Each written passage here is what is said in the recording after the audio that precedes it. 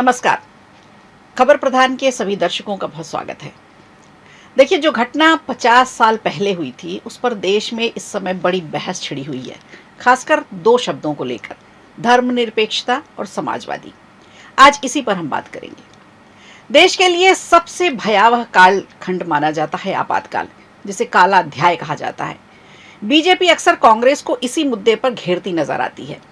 BJP ने 25 जून को संविधान हत्या दिवस भी बनाया, क्योंकि कांग्रेस कार्यकाल का ये सबसे बड़ा काला धब्बा माना जाता है। अब इससे बुरा, इससे दुर्भाग्यपूर्ण क्या होगा कि उस समय, आपातकाल के समय, जब स्कूल में बच्चों को एडमिशन लेना होता था तो पिता की नसबंदी का सर्टिफिकेट देना पड़ता था, वरना बच्चे को स्कूल में एडमिशन नहीं मिलता था। जबरिया नसबंदी। मैं अप्रैल में गिरफ्तार हुआ 76 में।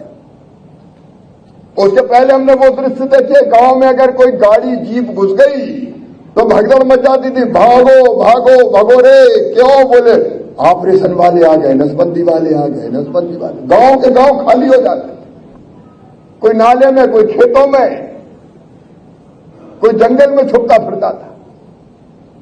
बूढ़ों की नसबंदी कर दी गई, कुंवारों की नसबंदी कर दी गई। ये उदाहरण सामने आए।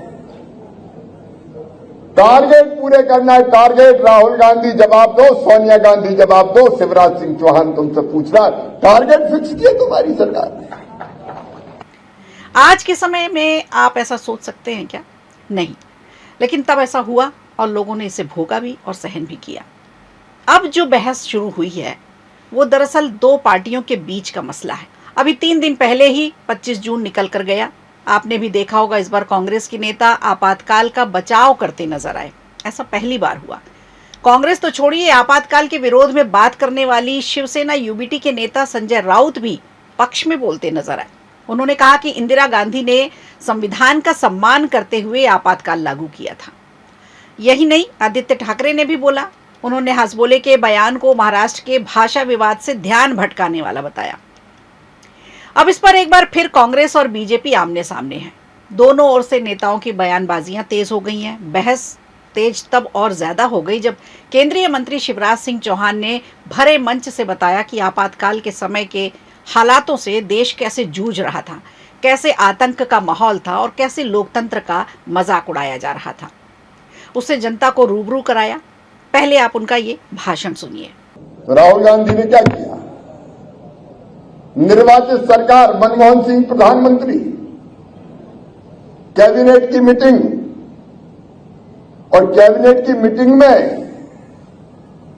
जो प्रस्ताव पारित हुआ, और जब मनमोहन सिंह विदेश में थे उस समय, मनमोहन सिंह प्रधानमंत्री थे उस समय, उस प्रस्ताव को प्रेस के सामने फाड़ के फेंक दिया गया। क्या ये संविधान की हत्या नहीं है? क्या ये लोकतंत्र की हत्या नहीं है? कार्यकर्ता बहनों और भाइयों का। अब शिवराज सिंह चौहान के तीखे तीरों से आहत होती कांग्रेस के नेता राहुल गांधी का भी पलटवार आया है इस पर। राहुल गांधी को तीखी मिर्ची तब लगी जब शिवराज सिंह चौहान ने संविधान से धर्मनिरपेक्ष और समाजवादी दोनों शब्दों को हटाने की मांग की। केंद्रीय मंत्री शिवराज सिंह चौहान ने कहा कि इन्हें हटाने पर विचार जरूर किया जाना चाहिए। शिवराज सिंह चौहान के कहने के ठीक एक दिन पहले राष्ट्रीय स्वयंसेवक संघ के महासचिव दत्तात्रेय होसबोले ने भी संविधान में समाजवादी और धर्मनिरपेक्ष शब्द पर सवाल उठाया था। उनका कहना है कि 1976 में 42वें संशोधन के तौर पर समाजवादी और धर्मनिरपेक्ष शब्द को कांग्रेस के आपातकाल के दौरान जोड़ा गया, जो संविधान सभा की मूल सोच के खिलाफ है। डॉक्टर भीमराव अंबेडकर और संविधान सभा ने इस प्रस्ताव को पहले ही खारिज कर दिया था। उन्होंने ये भी आरोप लगाया कि आपातकाल के दौरान कांग्रेस ने संविधान की आत्मा को बदला है। उनके इस बयान के बाद अब सियासी पारा हाई है। कांग्रेस हमलावर तो है, वहीं बीजेपी इसके समर्थन में उतर आई है। आरएसएस के महासचिव के संविधान की प्रस्तावना में समाजवादी और धर्मनिरपेक्ष शब्दों पर सवाल उठाने के बाद राजनीतिक बहस सब तरफ छिड़ गई है। बीजेपी नेताओं का इधर समर्थन है तो उधर कांग्रेस इसकी आलोचना कर रही है।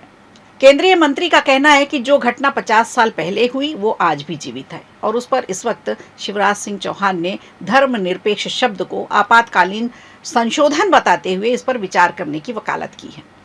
संविधान से धर्मनिरपेक्ष शब्द हटाए या बनाए रखने को लेकर केंद्रीय मंत्री शिवराज सिंह चौहान का बयान जब से आया है तब से कांग्रेस लगातार हमलावर है।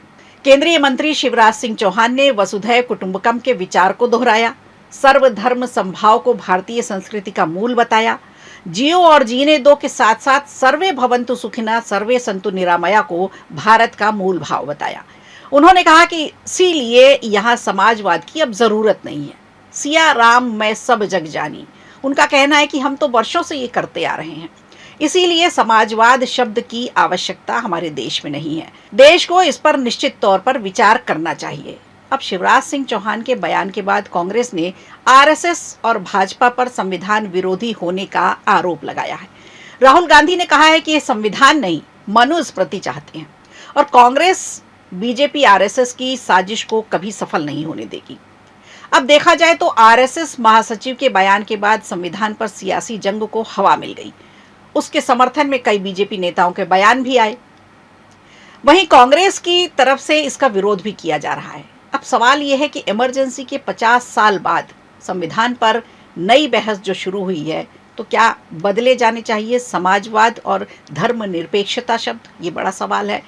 वर्तमान में मौजूद दोनों शब्द आम जनता के लिए कितना महत्व रखते हैं? समाजवाद और धर्मनिरपेक्ष को लेकर सवाल उठाए जा रहे हैं। इस पर आप क्या सोचते हैं? क्या समाजवाद और धर्मनिरपेक्ष शब्द का इस्तेमाल होना चाहिए या इसे हटा दिया जाना चाहिए, जैसा कि दोनों नेताओं ने कहा? अब हमें आप इस पर कमेंट कर जरूर बताएं। वीडियो अच्छा लगा हो तो लाइक कीजिए, शेयर कीजिए और कमेंट बॉक्स में हमें जरूर बताइए।